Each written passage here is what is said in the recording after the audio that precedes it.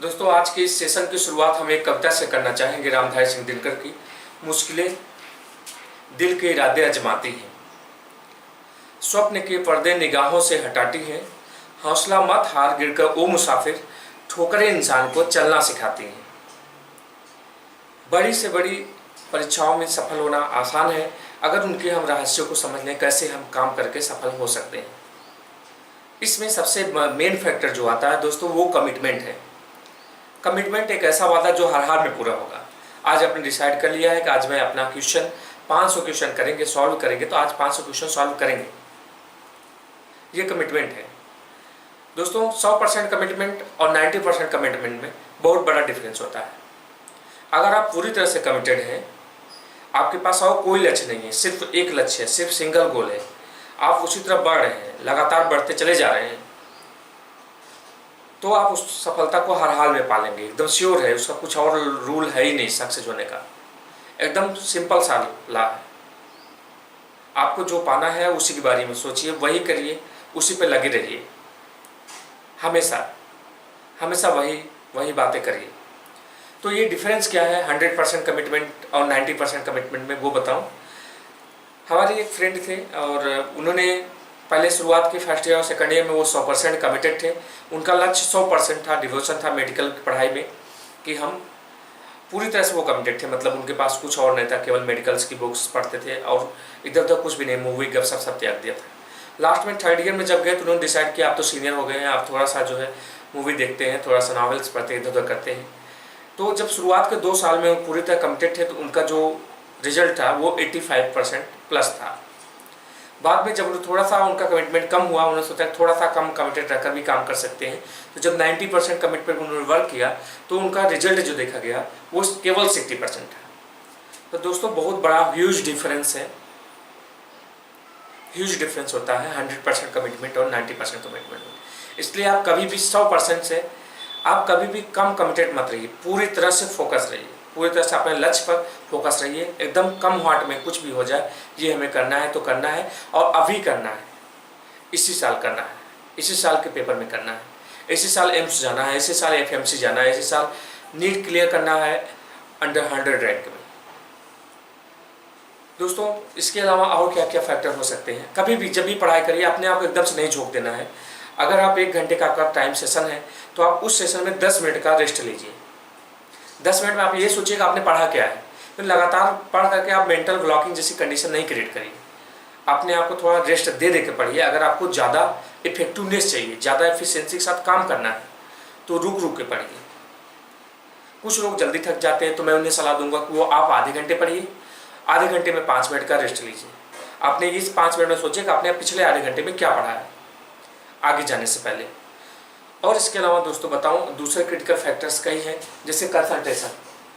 Concentration पूरी की पूरी तरह से टीम के साथ होनी चाहिए। अब ये टीम का मतलब होता है टाइम, फुल कंसंट्रेशन, टाइम के साथ एनर्जी अपनी पूरी लगाइए, पूरी मेहनत के साथ काम करिए, एफर्ट पूरी तरह से लग के करिए, पूरी तरह कोशिश, कहीं से भी जाया नहीं हो जाए चाहिए। मनी, अपना पूरा पैसा एक जगह पर इस पर लगाइए, क्योंकि पैसा तो खर्च करना पड़ता है, क्योंकि बड़ी कोचिंग हैं या फिर बुक्स हैं, बुक्स तो खरीदनी पड़ेंगी क्योंकि कंपटीशन अच्छा है। तो इतनी चीज़ों के संदर्भ में आपको कंसंट्रेट करना होगा। और कंसंट्रेट भी कैसे करना है, जैसे मैग्नीफाइंग ग्लास होता है। मैग्नीफाइंग ग्लास की ये विशेषता होती है, अगर लगातार फोकस करेंगे तो नीचे के पेपर को जला देता है। इस तरह का कंसंट्रेशन चाहिए, एकदम इस तरह से कंसंट्रेट होइए। दोस्तों कुछ चीज़ों का आपको त्याग करना पड़ेगा रूटीन लाइफ से। अपने डिस्टर्ब करने वाले दोस्तों को कुछ समय के लिए उनको बाय बाय करिए। आप मेडिकल में सिलेक्ट हो जाइएगा, कहीं पे पढ़िएगा तो वैसे भी आपके पास समय नहीं रहेगा, और आप उनसे तब कम्युनिकेशन भी रख सकते हैं। अभी क्योंकि आपको एक टफ कंपटीशन का सामना कर रहे हैं, इसलिए जो है आप अपने दोस्तों को जो आपकी सक्सेस में डिस्टर्बिंग हो, थोड़ा उनको अवॉइड करिए। गपशप करना, मूवी देखना, इन सबको छोड़िए, क्योंकि इन सबको छोड़कर ही आप अपना टाइम बचा पाएंगे। आप अपना कीमती टाइम तभी बचा पाएंगे जब इन सब में ना लगाएं। फालतू बुक्स पढ़ना, नॉवेल्स पढ़ना, किसी दूसरी चीज़ से इंस्पायर होना। बहुत लोग यहाँ से कोचिंग जाते हैं, ग्रामीण इलाकों से बड़ी बड़ी कोचिंगें जाएंगे, टीचर के सम्मोहन में रहते हैं, क्या अच्छा पढ़ाएंगे, ये सर पढ़ा देंगे तो सिलेक्शन हो जाएगा, वो सर पढ़ा देंगे सिलेक्शन हो जाएगा। पर क्या कैसे कभी ऐसा होता है? अरे जब तक आप नहीं पढ़ते, जब तक चीज़ों को आप नहीं समझते हैं, टीचर तो पेपर देने जा रहा है ना, आप जा रहे हैं पेपर देने, आप जब तक नहीं समझते हो तब तक कैसे हो सकता है सिलेक्शन। तो आप समझिए दोस्तों, और सफलता तब तक नहीं आ सकती जब तक आपको खुद पर विश्वास ना हो, जब तक आप अंदर से नहीं हारते हैं, जब तक आप अपने अंदर से नहीं हारते हैं, गिव अप नहीं करते हैं, तब तक आपको, मैं कहता हूँ, तब तक आपको कोई नहीं हरा सकता। आप अपने अंदर से गिव अप कर देते, अरे मेरे से नहीं होगा, इस बार टफ है, इस बार पैटर्न बदला है, इस बार ऐसा है, उस बार वैसा है, अरे इस बार बायोलॉजी नहीं तैयार है, इस बार केमिस्ट्री नहीं तैयार, इस बार फिजिक्स नहीं तैयार है। ऐसा तमाम बहाने आपको मन देता है कि नहीं नहीं ये बहाना अच्छा है। सबको एक तरफ करिए, सबको एक तरफ करिए, सबको एक तरफ करिए, सब हटाइए। डर खुद की उत्पन्न की हुई वस्तु है, और जैसे हम हर अपनी उत्पन्न की हुई वस्तु को नष्ट कर सकते हैं, वैसे डर को भी नष्ट कर सकते हैं। सब हटाइए, फोकस करिए। अभी नहीं तो कभी नहीं, अभी लग के अभी करना है। इसमें बात करूंगा क्यों अभी नहीं तो कभी नहीं, आगे मैं बात करने वाला हूँ। पहले आइए कोचिंगों के बारे में बात करें, जिनके बारे में बात कर रहा था। कई कोचिंग वाले मेरा चैनल देख रहे होंगे और वो जरूर इस पर कुछ भी कह सकते हैं, मुझे उनसे नहीं मतलब है। आपको मैं बात करना चाहता हूँ प्रतियोगी परीक्षाओं के क्या सिद्धांत हैं। सबसे पहली बात, किसी भी बड़ी कोचिंग में अगर 100 बच्चे जाते हैं मान लीजिए, तो उनका रिजल्ट क्या होता है दोस्तों? 100 में से हमेशा देखा जाता है 95 से 98% फेल होते हैं, खास करके मेडिकल एग्जाम में 100 में से 95 से 98% फेल होते हैं और 2 से 5% सक्सेस होते हैं। ये तो कोचिंगों का एक स्टैटिक है, ये एक डाटा है। हम लोग भी तो भेड़ चाल में चलते हैं, ठीक है। ज़्यादातर जो छात्र करते हैं हम भी वही करते हैं। लोगों ने एकदम लीनियर नोट्स बनाना शुरू किया, खूब ढेर सारा छापना, कापी भरती की, बुक्स पढ़ते नहीं हैं हम लोग। तो ज़्यादातर जो छात्र करते हैं अगर वही किया जाए तो वही रिजल्ट आएगा जो ज़्यादातर का रिजल्ट आता है। और ज़्यादातर का रिजल्ट क्या आता है? 95 से 98% फेल। थोड़ा सा अलग करना पड़ेगा, अपने माइंड को इस तरह से प्रोग्राम करना पड़ेगा, अपने माइंड को प्रोग्राम करना पड़ेगा कि हमें ये चीज़ चाहिए। दोस्तों आप बिलीव नहीं करेंगे, हमारा माइंड इतना पावरफुल होता है कि जो हम चाहते हैं वो लाता है, पर हमें उस पर फोकस रहना होता है, उस पर कंसंट्रेट रहना पड़ता है और लगातार उस पर अपने बना रखना होता है कि हमें बस यही चाहिए। और कुछ में जो भी उससे अलग चीज़ों को सबको अवॉइड करते हुए आपको लगातार बढ़ते जाना है अपने लक्ष्य की तरफ। सफलता और असफलता का बीच में क्या डिफरेंस है? अगर मान लीजिए आपने फिर डिसाइड कर लिया, हाँ मैंने अभी बात किया था थोड़ी देर पहले आपसे जो कि अभी चाहिए, अभी सफलता चाहिए। तो दोस्तों मैं आपसे बताना चाहता हूँ, आप अगर इस साल प्रिपेयर कर रहे हैं, आपको इसी साल क्यों चाहिए?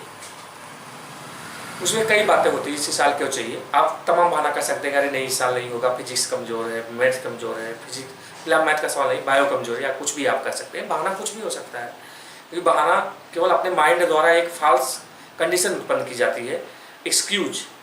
वो कुछ रियल नहीं है, वो तो जब चाहे आप दूर कर सकते हैं, उसका कोई मतलब भी नहीं है। अगर आपको सक्सेस होना है तो आप सक्सेस होना है, फिर कोई बहाने ही नहीं है बीच में। नहीं सक्सेस होना है तमाम बहाने हैं, नहीं पढ़ना है तमाम बहाने हैं। तो इसमें लोग 8-8 घंटे 10-10 घंटे जॉब करने के बाद भी IAS बनते हैं, क्योंकि उनको बनना है। तो फिर यार छोटी एग्जाम है, आपका मेडिकल का छोटा एग्जाम है, छोटे पैटर्न पर छोटा सिलेबस है। तो दोस्तों सफलता असफलता के बीच 1 अंक का फासला, सिर्फ 1 अंक का फासला होता है, और उस 1 अंक की कीमत क्या है?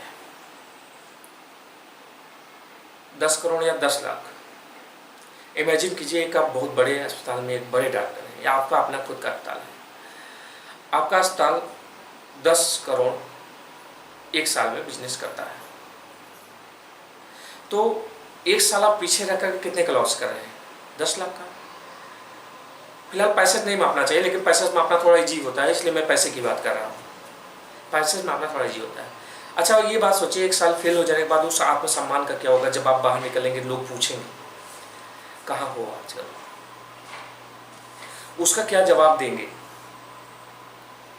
तो 1 साल की ये जो कीमत है ये कहीं बहुत ज़्यादा है, और लाइफ में फिर ये जो टाइम चल रहा है ये फिर दोबारा इसी समय ये पल ये क्षण दोबारा रिटर्न होके नहीं आने वाला है। तो दोस्तों लग जाइए पूरे कमिटमेंट के साथ। नेक्स्ट वीडियोज में हम कैसे स्ट्रेटेजी अपनानी है, नीट में पूरी तरह से सक्सेस होने के लिए और अन्य कंपटीशन एग्जाम के लिए ये मेरे कॉन्सेप्ट जो है एकदम उतने ही प्रभावशाली है। देखिए, लाइक करिए, शेयर करिए। धन्यवाद।